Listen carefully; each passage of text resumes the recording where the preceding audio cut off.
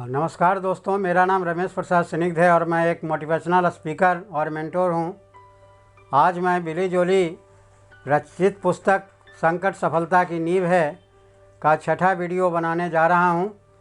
और इसमें जो मुख्य बातें हैं जो 5वें वीडियो में आपने देखा होगा वह कंटिन्यू करते हुए नई चीज़ें हम सीखने जा रहे हैं और नई बातें हम सीखने जा रहे हैं जो हमारे संकटों को सफलता में बदलने के लिए वरदान साबित होगा।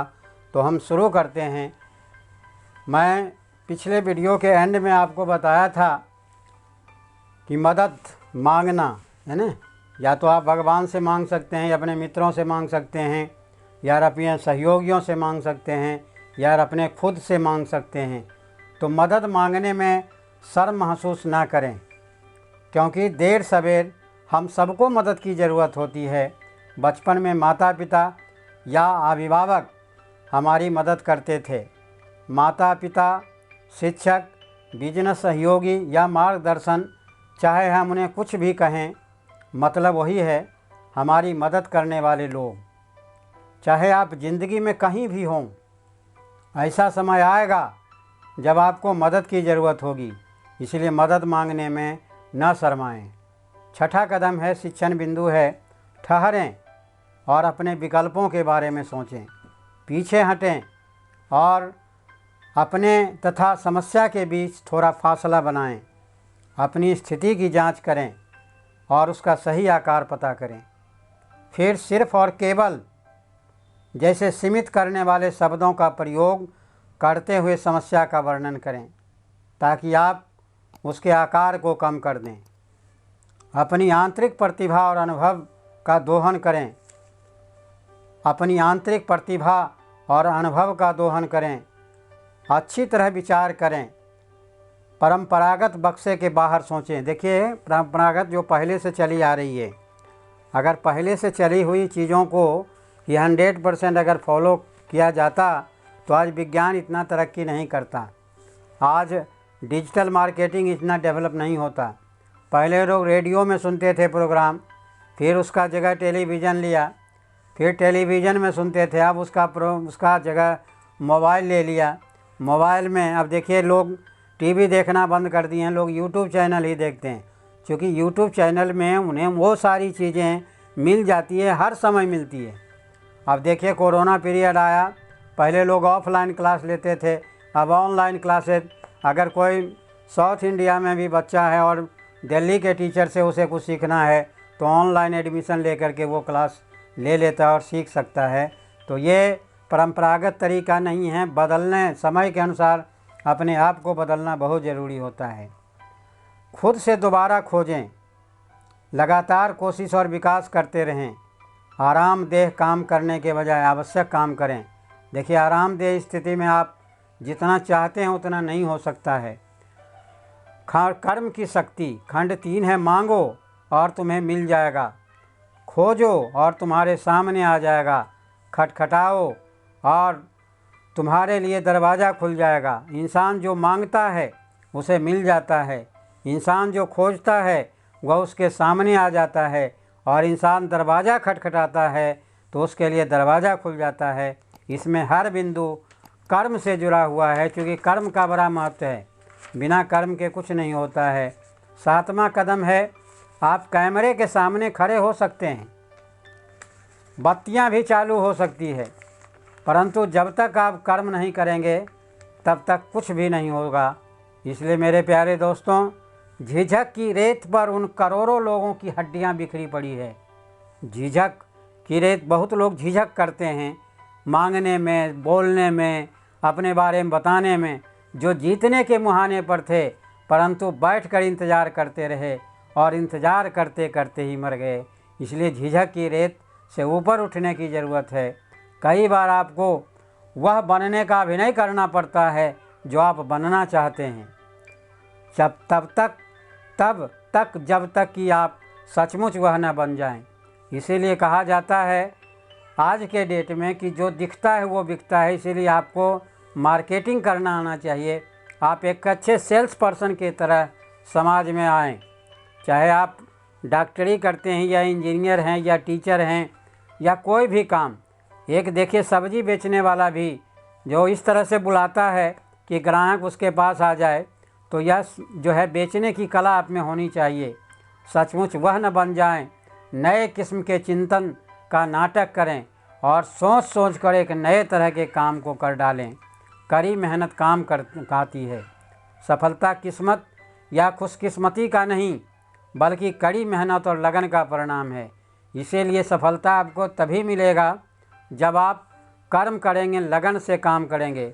कड़ी मेहनत से समृद्धि आती है, मौज मस्ती से निर्धनता आती है। मेरे प्यारे दोस्तों, इन्हें कड़ी मेहनत पर ध्यान देना है, मौज मस्ती पर अपना समय नहीं गंवाना है।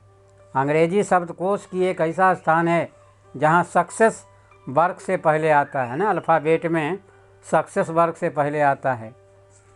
इसीलिए आप विलियम पेन ने लिखा था, दर्द के बिना विजय नहीं। जब तक आपको दर्द नहीं होगा तब तक आप विजय की उम्मीद नहीं करें। सलीब के बिना ताज नहीं, कष्ट के बिना सिंहासन नहीं और करवाहट के बिना शोहरत नहीं। जब कोई भी काम आप करना शुरू करते हैं तो बहुत आपको अपमानित होना पड़ सकता है, बहुत लोग उल्टा सीधा भी बोल सकते हैं, लेकिन उसको दरकिनार करते हुए आगे बढ़ने का नाम ही सफलता है। महत्वाकांक्षा के बिना कोई कुछ भी शुरू नहीं कर सकता, इसलिए महत्वाकांक्षी होना बहुत ज़रूरी है। जीवन में चाहे कितनी बार आपको सफलताएं मिली, लेकिन महत्वाकांक्षी होना बहुत ज़रूरी है। कड़ी मेहनत के बिना कोई कुछ भी पूरा नहीं कर सकता है।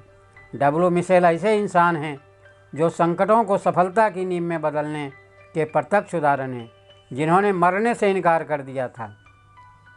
डॉक्टर उनको कहा कि भाई आप तो 2-4 महीने का मेहमान हैं। उन्होंने कहा था कि मैं 25 वर्ष जीऊँगा। अपने लाइफ स्टाइल को चेंज किया और बड़े जोश के साथ लगे रहे।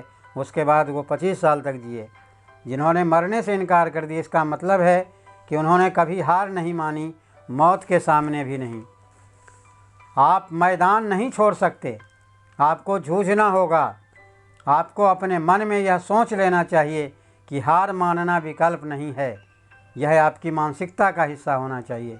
जब लोग अपनी परिस्थितियों से ऊपर उठ जाते हैं और प्रगति की प्रेरणा पाने के लिए समस्याओं का प्रयोग करते हैं, तो वे महानता को छू लेते हैं। नेल्सन मंडेला, आप लोगों को पता होगा, साउथ अफ्रीका 27 साल तक वो जेल में रहे। उसके बाद भी हार नहीं माने और अंत में वहाँ के अश्वेत राष्ट्रपति बने। जब लोग अपनी परिस्थितियों से ऊपर उठ जाते हैं और प्रगति की प्रेरणा पाने के लिए समस्याओं का प्रयोग करते हैं, तो वे महानता को छू लेते हैं। एक कदम पीछे हटें, गहरी सांस खींचें, अगर ज़रूरी हो तो रोएं, परंतु फिर दोबारा आगे बढ़ें और बढ़ते चले जाएं। बिली जोली ने स्वयं कहा था ये बात। अच्छे से अच्छे की आशा करें, बुरे से बुरे के लिए तैयार रहें और इन सब का जश्न मनाएं। अगला है 7वां कदम है कर्म करें, क्योंकि कर्म के बिना भविष्य दृष्टि सिर्फ एक इच्छा है। भविष्य दृष्टि का मतलब विज़न। अगर आपने विज़न, आपका भविष्य दृष्टि है, तो कर्म करना होगा और इच्छाओं का कोई आधार नहीं होता है। सिर्फ इच्छा करने से बात नहीं बनेगी जब तक आप कर्म नहीं करेंगे। आपके साथ क्या होता है यह महत्वपूर्ण नहीं है, महत्वपूर्ण तो वह है जो आप उसके बारे में करते हैं। नहीं और कुछ नहीं, बल्कि हाँ का इंतज़ार है। अगर आपको कहीं से नकारात्मक चीज़ें मिलती है तो समझिए वह कुछ नहीं है, बल्कि हाँ का इंतज़ार है। लगन हर विरोध का तोड़ है, इन्हें लगन से काम करिए। बहुत सारी समस्या आएगी जिसका समाधान बुलडॉग की तरह बने, बिना पीछे हटें, सांस लेना सीखें, अच्छे से अच्छे की आशा करें, बुरे से बुरे के लिए तैयार रहें। जो व्यक्ति बुरे से बुरे के लिए तैयार रहता है उसको सफलता ज़रूर मिलती है। दृढ़ मानसिकता, एकदम आपका दृढ़ संकल्प कर लीजिए, एकदम डिटरमाइन हो जाइए। दृढ़ मानसिकता से ज़्यादा शक्तिशाली और कुछ नहीं है। इसीलिए अपने मस्तिष्क को दृढ़ बनाइए। उन चीज़ों को छोड़ दें जो आपको नीचे रखती है, बाधा रखती है या जकड़े रहती है। उनसे ऊपर उठने का प्रयास करें। समस्या का सामना करें, इसे खोजें, मिटा दें और बदल डालें। हो सकता है आपके गिरने के लिए जिम्मेदार ना हों, आप गिरने के लिए जिम्मेदार नहीं हों, परंतु आप दोबारा उठने के लिए जिम्मेदार होते हैं। संकट को सफलता की नींव में बदलने का अगला कदम है जिम्मेदारी लें। अगर आपको कोई संकट आया है, अगर आपको समस्या आई है, तो उसकी जिम्मेदारी आपको खुद लेना होगा। आपकी ज़िंदगी है और आपको अपनी ज़िंदगी की जिम्मेदारी लेनी होगी। मिसेस डोरिस डेवो को 4 बार कैंसर हुआ, परंतु इसके बावजूद भी वह जिंदा है। उनका प्रिय वाक्य था, मुझे कैंसर हो सकता है परंतु कैंसर मुझ पर हावी नहीं हो सकता। देखिए, ये है सकारात्मक सोच। अगर भयंकर से भयंकर बीमारी हो गई आपको, उसके बारे में आप नहीं सोचेंगे तो हो सकता है आप जल्दी रिकवर कर पाएँ। आप संकट को सफलता में बदल सकते हैं, बशर्ते आप इसका सामना करने, इसे खोजने, इसे मिटाने और इसे बदलने की जिम्मेदारी लें। जब आप प्रार्थना करते हैं तो आपको जवाब मिल जाता है। अगर आप जिम्मेदारी लेने के लिए तैयार हों तो उन संकटों से उबरा भी जा सकता है। जिम्मेदारी का मतलब यह भी है कि आप अपनी पूरी क्षमता और नैसर्गिक प्रतिभा से प्रतिक्रिया करें। आपको अपनी पूरी ताकत से ज़िंदगी का खेल खेलना चाहिए। अपनी समस्याओं का सामना करें और उन्हें स्वीकार करें, परंतु उन्हें अपने पर हावी न होने दें। हेलन केलर ने कहा था, आपको बताए होंगे, मेरे पुराने वीडियो में आपने सुना होगा कि हेलन केलर, जिनको सुनाई नहीं देता था और दिखाई भी नहीं देता था, लेकिन बहुत बड़े मोटिवेशनल स्पीकर भी बने, बहुत बड़े दार्शनिक हुए, बहुत सारी किताबें उन्होंने लिखा और कमाल कर दिया। आज दुनिया उनको याद करती है। समस्या को स्वीकार करना उसे सुलझाने की दिशा में पहला कदम है। अगर शुतुरमुर्ग की तरह रेत में अपना सिर छुपा लेंगे तो हो सकता है कि आप कुछ तात्कालिक समस्याओं से बच जाएं, परंतु आप बहुत से अवसर चूक जाएंगे। इसलिए अगर आपको संकट आया है तो उसका सामना करें। अगर आप संकट को सफलता में बदलना चाहते हों तो आपको उसका सामना करने के लिए तैयार रहना चाहिए। जब आप पर संकट आए तो भगवान से बुद्धि एवं साहस के लिए प्रार्थना करें। यह नहीं कहें कि भगवान मेरा ये काम हो जाए, मेरा घर बन जाए, मेरा मकान बन जाए। भगवान से सिर्फ ये मांगें कि भगवान मुझे साहस दीजिए, मुझे बुद्धि दीजिए। अगर साहस मिलेगा तो लगन के साथ डट कर अपनी समस्याओं का आप समाधान कर सकते हैं। बुद्धि मिलेगा, अगर बुद्धि आपके पास है तो आप कुछ भी कर सकते हैं। पहले प्रार्थना करें फिर कर्म करें, क्योंकि प्रार्थना करने के बाद कर्म का, क्योंकि आस्था और कर्म का दोनों का कोरिलेशन है। आस्था तभी कामयाब होती है जब आप कर्म करते हैं। अपने भविष्य को बनाने का सर्वश्रेष्ठ तरीका खुद को बनाना है। जब आप अपने आप खुद को बना लेंगे तो भविष्य अपने आप बन जाएगा। आप जो काम करते हैं उससे प्रेम करें, उसके लिए संघर्ष करें और जिम्मेदारी लें। कोई भी काम अगर आप प्रेम से करेंगे तो कभी नहीं थकेंगे, और कभी नहीं थकेंगे तो ऑटोमेटिक है उसमें सफलता आपको मिलेगा। भले ही आपने समस्या पैदा की हो या ना की हो, खुद का निर्माण कर अपने भविष्य का निर्माण करें। जब संकट आप पर प्रहार करे तो यह सुनिश्चित करें कि आप खुद पर और परिस्थितियों पर अच्छी तरह से गौर करने के लिए इच्छुक हो। अपनी शक्ति को पहचानें। आप भगवान के संतान हैं और आप में असीम शक्ति है, असीम क्षमता है, असीम प्रतिभा है। उसको पहचानें और प्रतिभा को निखारने के लिए मेहनत करें, ट्रेनिंग लें, तभी आप सफल हो सकते हैं। एक पत्रकार ने एक बैंक के प्रेसिडेंट से पूछा, सर आपकी सफलता का राज क्या है? जानते हैं उसका जवाब क्या था? 2 शब्द। और सर वे 2 शब्द कौन हैं? तो सही निर्णय। और आपने सही निर्णय के लिए क्या किया? तो 1 शब्द। और वह 1 शब्द कौन सा है? तो उन्होंने कहा था कि अनुभव। एक्सपीरियंस का बड़ा महत्व है। अगर आपने जीवन में गलती की है, अगर आपसे कई बार असफलताएँ मिली है, तो उससे सीखिए क्या कमी रह गई और उसे दूर करना। तो अनुभव का बड़ा महत्व होता है। और आपको अनुभव कैसे मिला? अनुभव गलत निर्णयों की वजह से मिलता है मेरे प्यारे दोस्तों। इसलिए सफल लोग अतीत की गलतियों से सबक सीख लेते हैं। एक बार आइंस्टीन से पूछा गया कि आपसे गलतियां होती है कि नहीं, आप तो इतने बड़े साइंटिस्ट हैं। तो आइंस्टीन ने कहा था कि मैं 95% गलतियां ही करता हूं, 5% ही सही करता हूं। थॉमस अल्वा एडिसन का नाम आप सुने होंगे, जिन्होंने बल्ब का आविष्कार किया। बल्ब के आविष्कार करने में 10,000 बार प्रयास किए, लेकिन उन्हें असफलता मिली, यानी गलतियां हुई। जो तरीका उन्हें अपनाना चाहिए था, नहीं कर पाए। तो सफल लोग अतीत की गलतियों से सबक सीख लेते हैं और भविष्य के लिए संशोधन कर लेते हैं। जब आप समस्या का कारण खोज लें और इसका सामना कर लें तो उसके बाद आपको समस्या को मिटाना चाहिए। अनुभव सर्वश्रेष्ठ शिक्षक है, क्योंकि एक्सपीरियंस से बड़ा गुरु कोई नहीं हो सकता है। परंतु अनुभव आमतौर पर गलतियों का परिणाम होता है। खुद को माफ़ करें और आगे बढ़ जाएं, क्योंकि जब तक आप अपने आप को माफ़ नहीं करेंगे तब तक आप आगे नहीं बढ़ सकते हैं। गलतियां ज़िंदगी का हिस्सा है और महान शैक्षणिक औजार हो सकती है, परंतु याद रखें सबसे बड़ी गलती यह है कि आप गलतियां करने से इतना बचें कि कुछ करें ही नहीं। इससे तो आपकी असफलता तय है। देखो, गलती करने से अगर बचोगे तो कुछ करोगे नहीं तो गलती होगा नहीं। जो लोग कुछ करते नहीं वे सफल हो ही नहीं सकते हैं। एडिसन ने कहा था कि बिजली का बल्ब बनाने में मैं 10,000 बार असफल नहीं हुआ था। मैंने तो 10,000 ऐसे नए तरीके खोजे थे जो काम के नहीं थे। अल्बर्ट आइंस्टीन ने कहा था, अगर आप असफलता से सबक सीख लेते हैं तो इसे असफलता नहीं कहना चाहिए। कोई भी महान व्यक्ति गलतियां किए बिना महान नहीं बना। गलतियां विकास और सफलता का आवश्यक हिस्सा है। समस्या को मिटाने का एक तरीका यह है कि आप अतीत में जाकर उन घटनाओं को ठीक कर दें जो आपको कष्ट पहुंचा रही है। अगर आपने किसी से उधार लिया है तो उसे चुका दें। जितनी अच्छी तरह हो सके गलतियों को ठीक कर दें। नकारात्मक तत्व की जगह सकारात्मक तत्व रख दें और शांति, उद्देश्य और प्रबल भावना के साथ स्थान की ओर बढ़ जाएं। निर्णय लें, सकारात्मक रहने का चुनाव करें और नकारात्मक के बजाय सकारात्मक बनने पर ध्यान केंद्रित करें। इसलिए नकारात्मकता का अपने जीवन में 1% भी स्थान नहीं दें, 0% भी स्थान नहीं दें। खुद को प्रताड़ित न करें।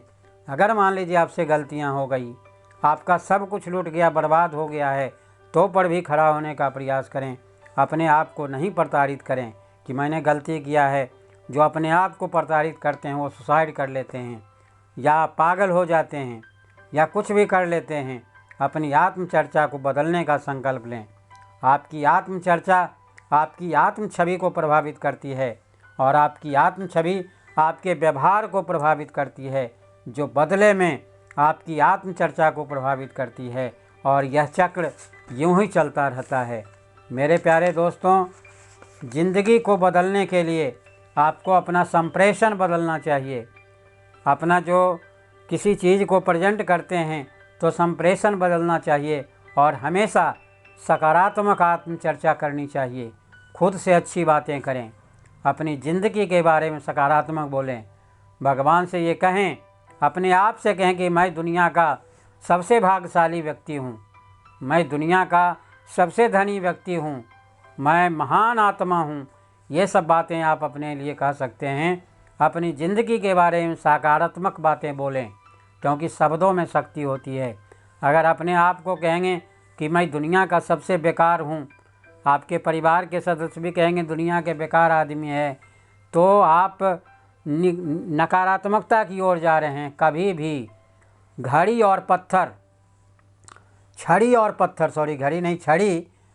और पत्थर आपकी हड्डी तोड़ सकते हैं, परंतु शब्द आपका दिल तोड़ सकता है। देखिए, शब्द का इतना प्रभाव है कि महाभारत काल में इतना बड़ा युद्ध हो गया। द्रौपदी अगर दुर्योधन को ऐसी बातें नहीं कहता कि अंधे का बेटा अंधा, तो ये नहीं होता। तो इतना बड़ा युद्ध हुआ जो आज विश्व में उतना बड़ा युद्ध कभी नहीं हुआ था। तो शब्द का बड़ा प्रभाव होता है। इसलिए अगर शब्द बोलते हैं तो बड़ा सोच के बोलिए। किसी के बारे में बुरा नहीं बोलिए। कभी भी किसी को आप शब्द ना कहें। सबसे तो पहले अपने बारे में अच्छा बोलें। हमेशा खुद से और खुद के बारे में अच्छी बातें बोलें। खुद से प्रेम करें और खुद को यह बताते रहें कि आप स्वयं से प्रेम करते हैं।